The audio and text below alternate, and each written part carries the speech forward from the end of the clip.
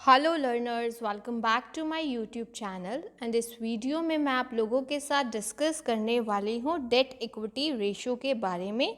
इससे पहले part 1 two part 4 में रेशियो एनालिसिस की जो शॉर्ट टर्म लिक्विडिटी रेशियो हैं like current ratio, quick ratio, absolute liquid ratio, ये मैं आप लोगों के साथ 1 बाय 1 डिटेल में डिस्कस कर चुकी हूँ और ये टॉपिक कॉमर्स के स्टूडेंट्स के लिए बहुत ज़्यादा इम्पॉर्टेंट है। तो आपने कोई भी पार्ट मिस किया है तो आप लोगों को ज़रूर देखना चाहिए। तो इस पर्टिकुलर वीडियो में मैं आप लोगों के साथ डिस्कस करने वाली हूँ डेट इक्विटी रेशियो के बारे में। और जो किसका टाइप है, जैसे आपको बताया था मैंने, शॉर्ट टर्म लिक्विडिटी का टाइप है करंट रेशियो वगैरह।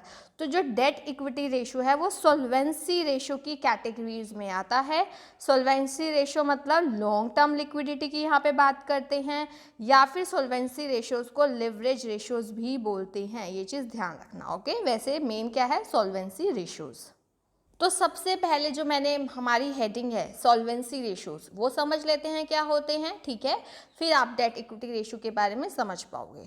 देखो, लॉन्ग टर्म लिक्विडिटी या फिर सॉल्वेंसी रेशियो या फिर leverage ratio, these ratios help to study the stability, solvency, strength and growth of the business in the long period.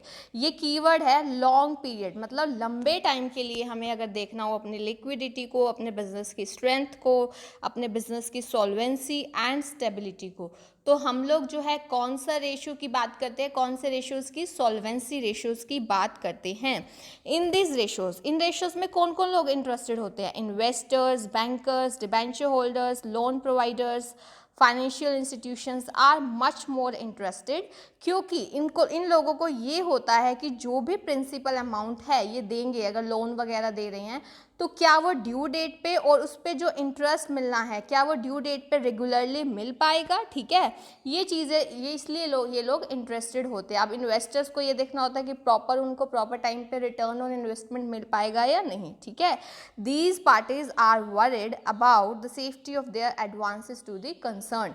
ये लोग किसके बारे में इनको कंसर्न होता है, मतलब वरीड हो रहते हैं किसके बारे में, जो भी उन्होंने फंड्स प्रोवाइड किए हैं उसके बारे में। ओके, आपको ये भी क्लियर होना चाहिए कि लॉन्ग टर्म लिक्विडिटी रेशियोज में क्या क्या आएगा, या सॉल्वेंसी रेशियोज में डेट इक्विटी रेशियो, जो कि फर्स्ट रेशियो मैं आपके साथ इस वीडियो में डिस्कस करने वाली हूँ, ठीक है।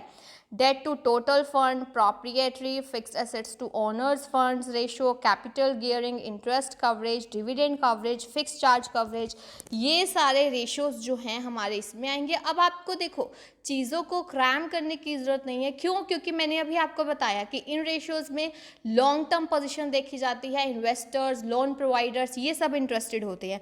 तो इनसे रिलेटेड जो भी चीज़ें होंगी वो आपको इजीली पता चल जाएगी। जैसे अब इंटरेस्ट कवरेज है ना, जब आप पढ़ेंगे इंटरेस्ट कवरेज में कि जो भी हमारे जैसे डिबेंचर होल्डर्स हैं उनको इंटरेस्ट मिलना होता है, तो कितना उनका इंटरेस्ट कवरेज रेशियो जैसे सेफ है या नहीं, ये सारी चीज़ें मैं आपको डिटेल में बताऊंगी, बट आपको चीज़ों को समझ के करना है। ओके, तो अब हम डिस्कस करते हैं डेट इक्विटी रेशियो के बारे में, ठीक है।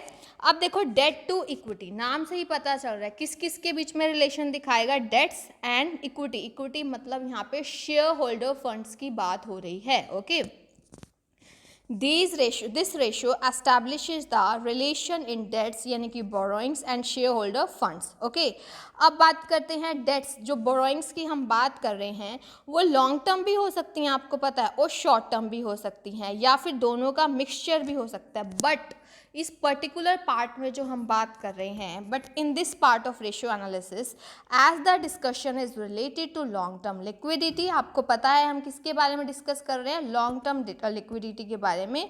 सो ओनली लॉन्ग टर्म लोन्स, ठीक है, ये वाली चीज़ों को, और या फिर borrowing debts from any source are the subject matter of this ratio, ठीक है। एनी लोन, डेट्स और advance taken for a period of more than 1 year, 1 year से ज़्यादा के लिए, क्योंकि लॉन्ग टर्म की बात हो रही है ना, तो ये लॉन्ग पीरियड डेट होता है। तो इसमें हम बैंक लोन ले सकते हैं जो कि हमने ज़्यादा लंबे टाइम के लिए लिया हो, loan on mortgage, issue of debentures, loan from financial institutions, advances from public यानी कि पब्लिक डिपॉजिट्स हो गया, लोन फ्रॉम एम्प्लॉयज, डायरेक्टर्स, ये सारे। और मेन चीज़ ध्यान रखनी है, हम यहाँ पे लॉन्ग टर्म बोरोइंग्स की बात कर रहे हैं, किसके, लॉन्ग टर्म की। ओके, उसके बाद हम बात करते हैं, देखो डेट तो हमें समझ आ गया कि आपको, क्योंकि ना फॉर्मूला पता होना चाहिए उसमें क्या क्या चीज़ें इंक्लूड होगी। अगर एक भी चीज़ आपने ऐसी होगी जो आपने एक्स्ट्रा इंक्लूड कर दी या फिर किसी चीज़ को इंक्लूड करना था आपने नहीं किया, तो आपका आंसर गलत आ सकता है, ठीक है। तो आपसे इससे रिलेटेड एमसीक्यूज़ भी पूछे जाते हैं, तो आपने छोटी छोटी चीज़ों का ध्यान रखना है, इसलिए मैं आपको 1 बाय 1 एक एक रेशो को करवा रही हूँ, ठीक है। अभी मैंने आपको बताया कि जो डेट है, मतलब डेट है उसमें हम क्या क्या इंक्लूड करते हैं। और अब बात आती है शेयर होल्डर फंड्स की, कि शेयर होल्डर के फंड्स में क्या क्या आएगा, या फिर इसको हम ये कह सकते हैं नेटवर्थ इसको बोल सकते हैं, या फिर इंटरनल इक्विटीज़ भी बोल सकते हैं, ठीक है।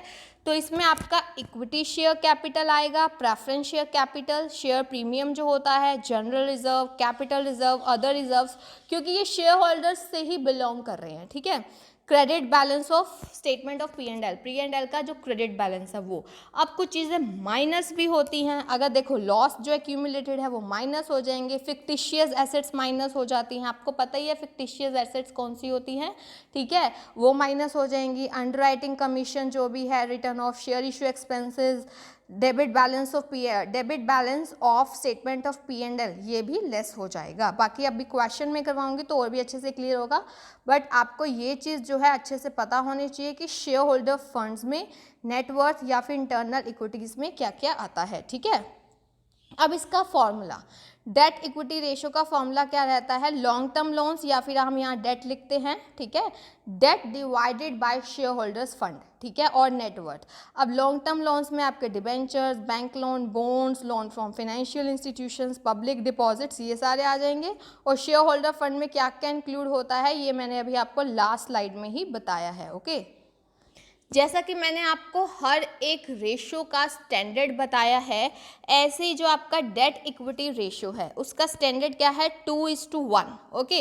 इसका मतलब क्या है कि डेट्स जो है हमारे ट्वाइस हो सकते हैं इक्विटी के, मोर देन, लेकिन देखो ज़्यादा से ज़्यादा है ये लिमिट, ज़्यादा से ज़्यादा हो सकते हैं, 2:1 बताया, बट इससे ज़्यादा अगर होगा तो वो डेंजरस हो जाएगा, बिकॉज ऑन बोरोड फंड्स हमें रेगुलर इंस्टॉलमेंट ऑफ इंटरेस्ट पे करना पड़ता है, एज वेल एज प्रिंसिपल भी पे करना पड़ सकता है, ठीक है, मैच्योरिटी पे। तो ये चीज़ें आप लोगों ने ध्यान रखनी है, या फिर हम धीरे धीरे इंस्टॉलमेंट्स में दे देते हैं या मैच्योरिटी पे। तो ये इसका जो स्टैंडर्ड है 2:1, अगर इससे ज़्यादा हो जाता है ना तो ये खतरा बन जाता है, डेंजरस हो जाता है, ठीक है। आपको इसका एक प्रैक्टिकल करवाती हूँ ताकि आपको अच्छे से क्लियर हो जाए। आपको डेट इक्विटी रेशियो निकालना है और कमेंट यानी कि इंटरप्रिटेशन जैसा कि हम लोग करते हैं। यहाँ पे आपको ये पर्टिकुलर्स दिए हुए हैं, equity share capital, preference, general reserve, capital reserve, long term borrowing में 10% डिबेंचर्स और बैंक लोन है, ये दोनों। तो आपको पता है क्या क्या हम करेंगे, ऊपर क्या आएगा, डेट, डेट में हमारे लॉन्ग टर्म लोन्स आते हैं, लॉन्ग टर्म बोरोइंग्स में आपका डिबेंचर्स एंड बैंक लोन, ये दोनों ही हैं क्योंकि लॉन्ग टर्म बोरोइंग्स में कैटेगराइज किया गया है। तो 1 लाख प्लस 2 लाख, ऊपर क्या आ जाएगा हमारे पास 3 लाख, नीचे क्या आएगा, शेयर होल्डर्स फंड। अब शेयर होल्डर्स फंड में हम लोग इक्विटी को भी लेंगे, प्रेफरेंस को भी लेंगे, जनरल रिजर्व को भी लेंगे और कैपिटल रिजर्व को भी लेंगे। इन चारों को अगर आप ऐड करते हो तो आपके पास 8,30,000 आता है, ठीक है। अब इसको आप सॉल्व करेंगे तो 0.361:1 आ जाएगा, this one 0.361 ratio 1, this one. अब आप देखिए ये 2 से तो बहुत कम है, ठीक है। तो यहाँ पे हम कह सकते हैं कि साउंड है लॉन्ग टर्म लिक्विडिटी पोजीशन, क्योंकि आप ये देखो डेट तो कम है ना 2:1 से, ठीक है। सो कंपनी सेफ फुटिंग पे चल रही है, ये चीज़ ध्यान रखना, okay.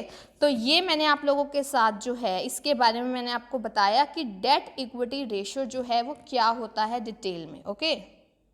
Okay guys, thank you so much. कोई भी प्रॉब्लम आप लोग पूछ सकते हो, और अगर जिन लोगों ने अभी तक चैनल को सब्सक्राइब नहीं किया है then do subscribe, keep learning and keep sharing. Thank you so much and have a nice day.